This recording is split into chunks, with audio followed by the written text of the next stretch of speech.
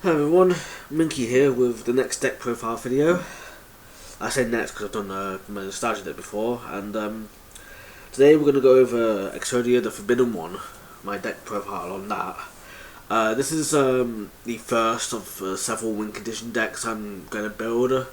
It's the only one I've got so far that I've actually built, but the other ones I'm kind of not made them yet for the most part, and like I'm not even sure I've got all the cards ready for them, but you know, I'm gonna make them, so that's why there's kind of like win condition 1 in the title or something like that, because there's gonna be more.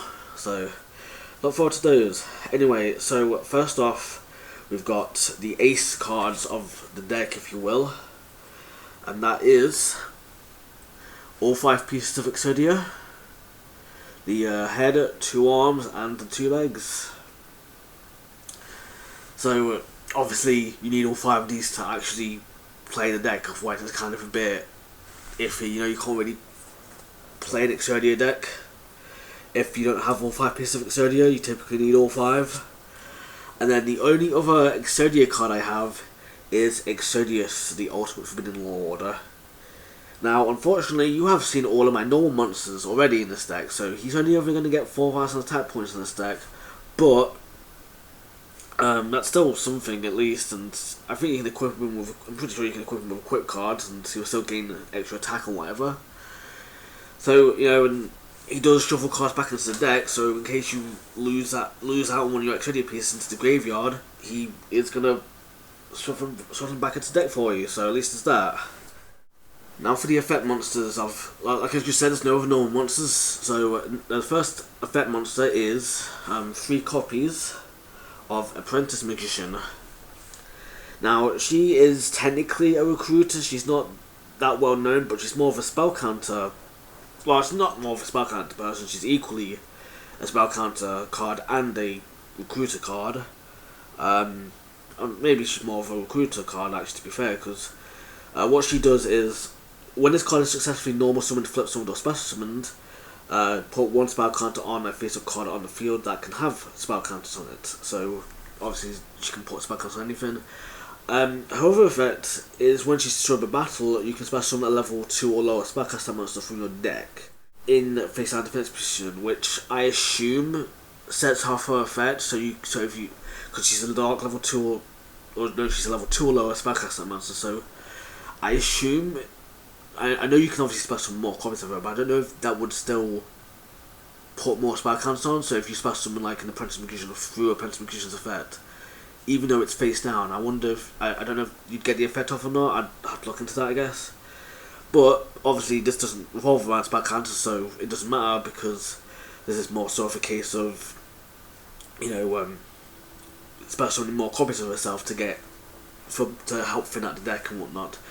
And it is optional as well, I think. Yeah, it is optional, so you don't have to summon a monster for this card's effect if you don't want to.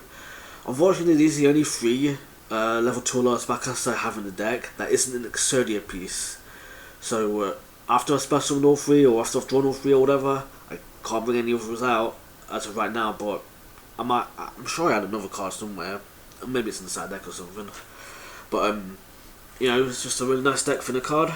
It's Recruiter, yeah, they're really nice.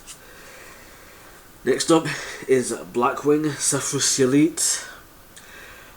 You'll kind of see why this card is in here a bit more later on, but the 400 damage isn't really that bad when you know, it's because like I know like life points isn't that big of a deal anymore. You know, like you can take as much damage as you want, and as long as you've still got 1 life point left, you win still, kind of thing, if you will. Obviously you still got to need decks and cards in your deck and whatever, but I mean, like, life point damage, I'm pretty sure you don't need.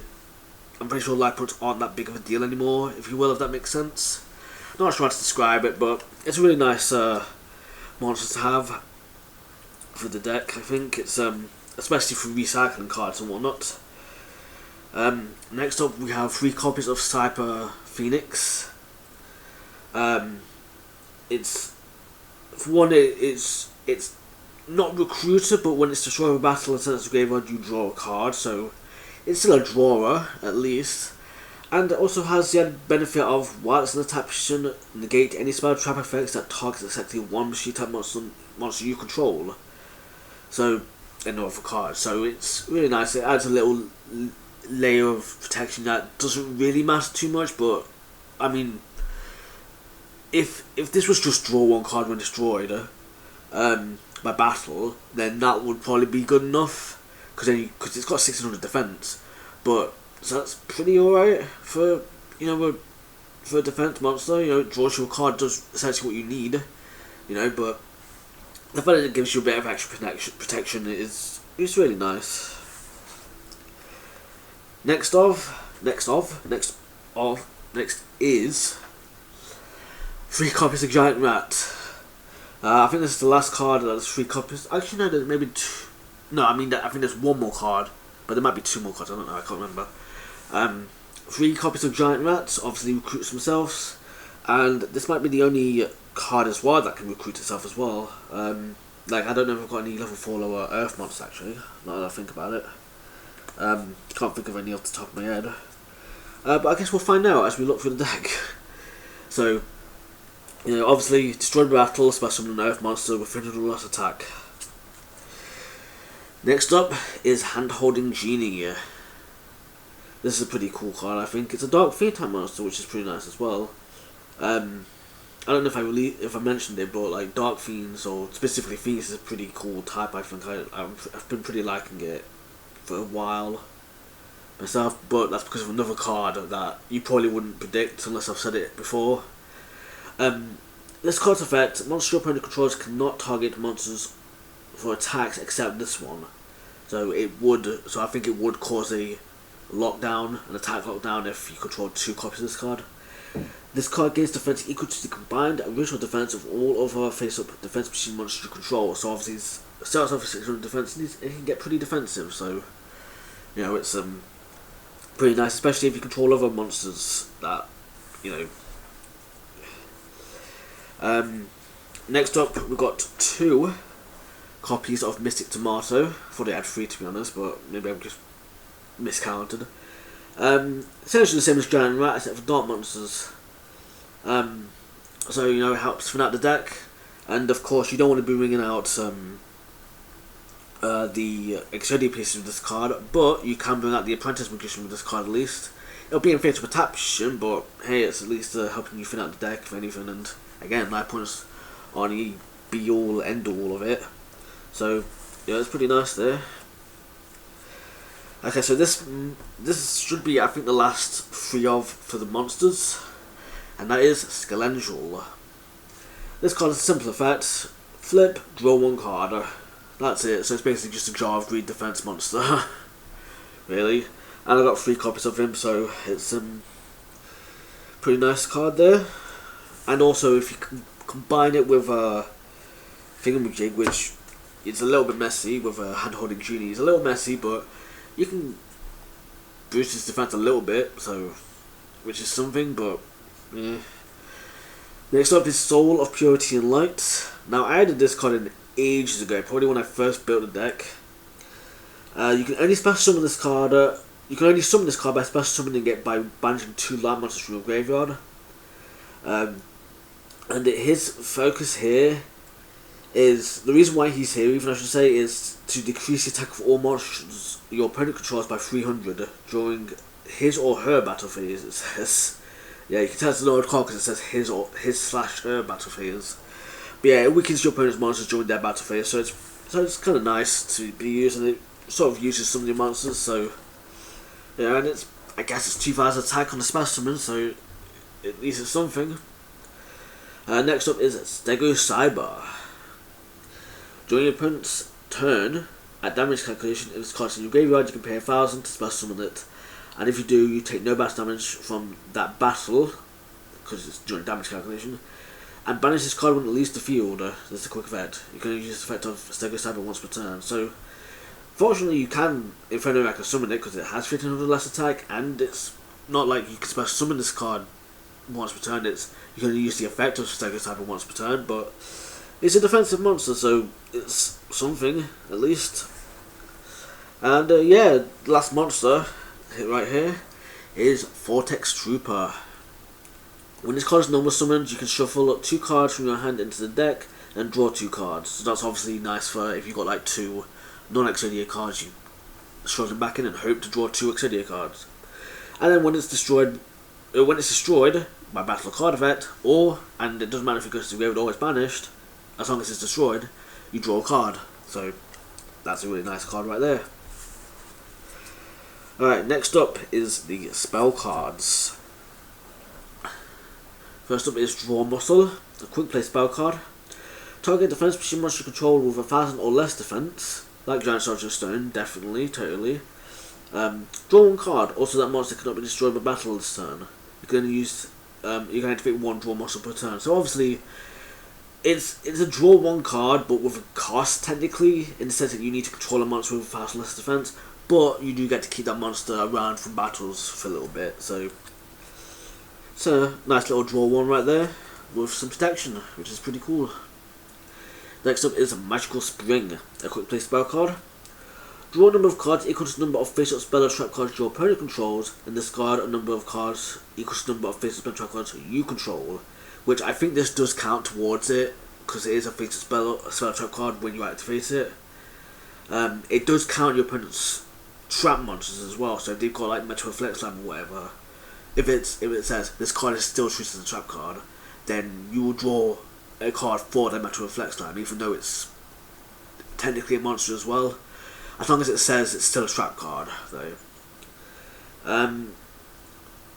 Until the end of your opponent's next turn, after this effect resolves, spell trap cards your opponent controls cannot be destroyed by battle or by card effects, which does refer to obviously trap monsters, the fact that it can't be destroyed by battle. Also, their activation and effects cannot be negated. So you better be careful with this card, but you know, you better do a nice draw 5 or something. Well, I say draw 5, probably draw 3 is good enough. Next up is Sorcerer's Spell Wall. Basically a field spell card version of that one fairy, that one that banishes 2 lights. Except during your turn you also gain 300 attack. So, you know, during your turn only you gain 300 attack. So it's nice, a little offensive as well, you know, for you. So it's pretty nice. I know I had this card in another deck, so I know I went over it before, but I don't think that episode's going to get released, but I will remake it, so it's no big deal because it's part of another deck. Anyway, next card is Supply Squad. I know I've just had a card that says, you know, discard for every card, spell trap card you control, but I've got all these spell trap cards that you keep on the field. This is a pretty famous one, if you will, for decks like this. It's once per turn, if a monster you control is destroyed by battle or card effect, draw a card. So replaces your cards once per turn, which is pretty nice. And final spell card, I was going to say spell trap card, but it's not a spell trap card, it's a spell card. It's Sorcery of Feeling Light, another card that stays, but again, another famous card used for stalling, and pretty obvious for the Exodia deck, I feel. So, you know, I mean, I know there's a lot of like the meta's different or whatever these days, but like, bear in mind this was built quite a bit ago.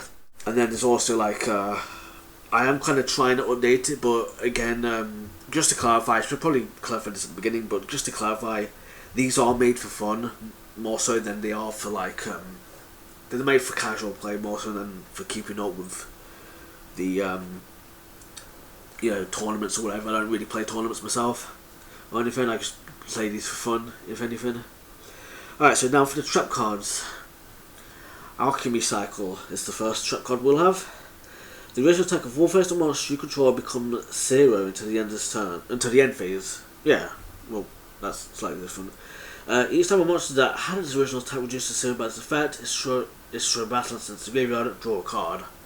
So again, this is obviously like a defensive deck, so it really doesn't matter for the most part how much attack they have, because you kind of expect some of them to be destroyed by battle anyway. So if they have 0 attack and they're in defense mode, then you're not going to lose any extra life points. So, you know, getting a draw for that is, and bearing in mind that draw effect lasts as long as the monster I think is on the field, whereas the 0 attack it's only until the end phase. So I don't know if you can put them face down and they'd lose that draw 1, but it's still better than, it still lasts forever basically, as long as they're on the field, you know. So next up is Balance of Judgment. If your opponent controls more cards than the combined number of cards in your hand and that you control, draw cards equal to the surplus. You can only activate one of this card per turn. So obviously, if your opponent has 10 cards in the field somehow, and you have, but it doesn't matter what cards they have in their hand, but your field and hand matter, and then you know you got to bear that in mind. So yeah, I think that explained it well enough. Next up is probably the only other twofer in this deck, and well, I say twofer, I mean multi-er, is Good Goblin Housekeeping. This trap card draws your number of cards from your deck equal to the number of Good Goblin Housekeeping cards in your graveyard plus 1. And then you select one card in your hand and return it to the bottom of your deck. So it is kind of technically a net. It's a loss of 1. I think that's how you describe it. I can't remember. Basically, say you've got one card. Say this is your first card you activate. You draw 1, then return 1 card to the bottom of your deck, which is obviously pretty nice anyway, because it means you draw an Exodia piece hopefully or something else, and you put a non-Exodia card in the bottom of your deck. If you activate your second copy and the first copy is in your graveyard, you draw 2, and then you still put 1 card in the bottom of your deck, and then you activate the third copy, and you draw 3 cards, and then you still put 1 card in the bottom of your deck. It doesn't even have to be your third copy you activate. You can like send 2 copies to the graveyard somehow, and then activate the third copy, and you draw 3 cards off of that third copy automatically. So it doesn't matter how many times you've activated it. It just matters how many's in the graveyard. Next up, Half or Nothing. Activate during your opponent's battle phase. Your opponent selects one of the following effects: either half the attack of all monsters they control until the end of the battle phase, or end the battle phase. So, I think you can activate this in response to an opponent's attack as well. So, like, if they start attacking something, like, say, I don't know, a Blue Eyes Red Dragon to your Dark Magician, for example, obviously Blue Eyes is going to win, unless there's another factor involved, Blue Eyes is going to win that battle. But, if you activate this, I think you can still activate it, and then if they say, oh, I want to half my damage, I want to half my attack, that Blue Eyes is then going to still be attacking, so therefore they're going to lose, and they'll take the damage instead. Whereas, and then obviously, or they can just end the battle phase and then just not attack at all, Next up is Ivy Shackles. This is more so of a bait card, because really it does nothing for you, because the effect is all face-up monsters your opponent controls become plant types during your turn only. But if this face-up card you control is destroyed and sent to the graveyard by your opponent's card effect, draw 1 card. So obviously it's bait, so obviously they're gonna think like, oh, it must be a trap like Mirror Force or something like that, or Half or Nothing, which obviously Half or Nothing, because you can't activate it unless it's the battle phase. So if you activate Mystical Space Typhoon on it, they can't activate it anyway. You can't activate Half or Nothing in response to that. You have to wait until the battle phase. Mystical Space Typhoon you can activate just right off. But you can activate this card in response to that, in response to being destroyed. It'll set off, turning all your opponent's monsters into plant types, which might also trip them up a little bit if they're trying something. And then also MST will destroy this face-up card then, because it works backwards, and then therefore you'll draw the card. So, it's pretty nice little bait card right there. Next up is Pinpoint Guard. When an opponent's monster declares an attack, target one of the 4 lower monsters in your graveyard, special summon it in defense position. It cannot be destroyed by battle or card effects this turn.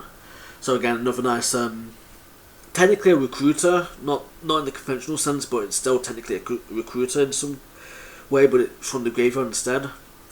And, it's obviously really nice for bringing back some monsters that can help start the cycle again, if you will. Like, especially if you like mill a card or something, or you lose one of the monsters, and it goes to the graveyard, here you go, you can get it back. And then also, if like you lose an Exodia piece, for example, if one of your pieces goes to the graveyard, this will special summon it because they're all level 4 or lower, and then you know, you can, and then it can't be destroyed by battle or card effects this turn. It can still be banished, I think, but it can't be destroyed by battle or card effects. And then during your turn, you can just use that Blackwing monster, return it to the hand, and you get a Blackwing onto the field as well. So you can just do that. So it's like, so it's essentially like it's turned that into sort of like a return one to the hand and special summoned a level 4 and special summon Blackwing Sephra the Elite as well, which is pretty cool. Pretty nice little thing there. Again, casual play. I've not kept up with the meta or anything, so that's a really bad strategy. I don't know what to tell you, to be honest. Next up is Scrum Force. Again, this is another card used by that same person who used Hand Holding Genie, which I'll go into that in a bit. Not in a bit, it's near the end of the video anyway, I'm near the end of the deck, so... this card, while you control 2 or more face-up defense machine monsters, your opponent cannot target defense machine monsters you control with card effects, and they cannot be destroyed by your opponent's card effects. If this card would be destroyed by card effect, you can destroy one card in your spell trap card set instead. So it has its own protection as well. I think Ivy Shackles actually can be destroyed by it as well, now I think about it. And you'd get the effect off. Let me have a look.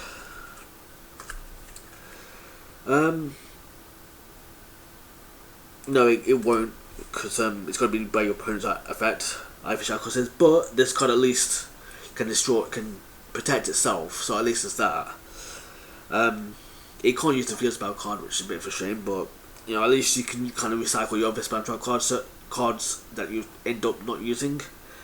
And yeah, obviously 2 more monsters, so it forces your opponent to basically battle, basically, or maybe destroy this card by force, if you will. But hey, it's still a defensive card, which can help out. So now, obviously, helps you out with your Skelentials or whatever. Next up, we have Soul Transition.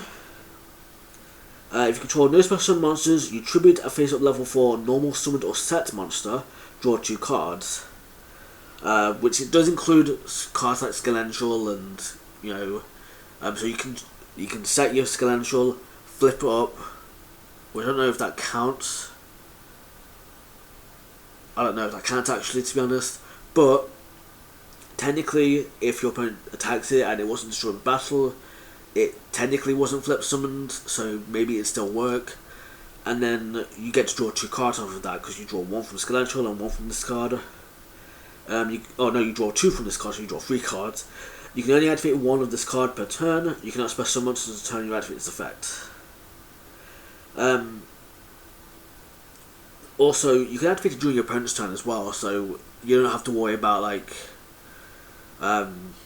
you know, if you do on your Skelential, you don't have to worry about special summoning. I mean, obviously, if you do it on your Giant Rat, it's not going to activate either way, but, you know. But yeah, it's a draw 2 off of a normal summoned or set monster, so. And actually, it's a level 4 monster as well. It has to be level 4. Okay, maybe I'll have to rearrange this card then. But it's still a draw 2, so, you know, it's still pretty nice. Obviously, like, I guess you. Oh no, you can't do it on your last Giant Rat. Or your Blackwing, Sephra the Elite, because obviously Blackwing Sephra the Elite, when it's about summoned, it's not a normal summoned set monster, so. I don't know, I guess I'll figure this out, and if not, I'll just move it out and swap it out for another card, because this deck's actually 40 cards long, and this is the 39th card. Alright, so last card. You might predict this, because, again, like I said before, all these are done alphabetically, in alphabetical order, and you might have noticed that anyway, but I always put these in alphabetical order. Monsters first, spells and traps. It is Waboku. You take no battle damage from your opponent's monster's turn, and your monsters cannot be destroyed in battle this turn. I don't know if they can be destroyed by card effects, but I know that it's got like a really good protection, like a really decent protection and whatnot. And I actually did use this card last time when I talked about my Rye Rider incident. I did use this card to keep Rye Rider on the field, simply because I thought it would have been funny in a way. Plus I wanted to keep it on the field anyway for a bit. But yeah, that's my Exodia deck for now anyway. Now Also, I don't have all the cards. Some of them were in my binder, which I showed in my Minky escape stuff video. So that'll be linked down below, of course. And so will my first deck profile, my episode series, if you will, which that'll be linked down below so you can see that if you want to, along with the deck profile playlist I'll be making. What else was I going to say? So obviously, like, I've only got 6 Exodia cards in this deck so far. I do want to get all the other Exodia cards as well, like well, I can't remember their names, but I do want to get all the other Exodia cards. What else do I want to get? Like, I don't know. Some of them have like different win conditions. I know this one does. This Exodius, the Ultimate Forbidden Lord, does, because his effect is if there are 5 Forbidden 1 cards in your graveyard that were sent there through this card's effect, you win a duel. So if you send all 5 cards for its effect to the graveyard for its effect, you win, basically. I don't know if I'll count. I don't think I will, to be honest, because the all 5 revolve around the 5 Exodia pieces anyway. So it's kind of hard to distinguish the two. I guess you could make a deck full of normal monsters, but that'd be a bit not that good, and you just want to send all 5 to the graveyard anyway and just win it that way, But so I might just put all the Exodia win conditions into one deck, which, if this does get more cards and get upgraded enough, then I will obviously make a, well, part of the title is version 1, that's what that means. I'll be making version 2 if I upgrade the deck. Now another thing I was going to mention was, obviously there's, I mentioned Scrum Force and, what's it called, Hand Holding Genie, both used by the same character from Yu-Gi-Oh! 5Ds actually, and they actually have a monster called Sushin, who needs you to wait like 10 turns before you contribute a level 1 normal monster to summon him. And funnily enough, the 4 Exodia limbs are all level 1 normal monsters. So you could tribute one of the limbs for him if you wanted to, assuming you waited long enough and whatnot. And then I know there's also like an Exodia monster as well that basically requires the same requirement. Not the same requirement, but like it requires an Exodia limb for you to tribute, but that's it. That's all that it requires. Just an Exodia limb for you to tribute. Whereas Sushi requires any level 1 normal monster. And obviously that means that both of them overlap for the 4 Exodia limbs for a tribute, if you want. They're both pretty powerful monsters. I think are unaffected by anything else.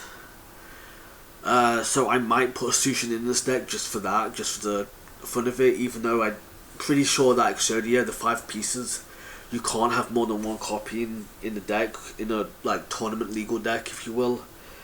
But I guess if anything, if I really wanted to, I could get 3 copies of each Exodia piece and just put them in the deck. But that'd be a bit iffy, wouldn't it? So I don't know about that, to be honest. That's certainly an interesting idea, though.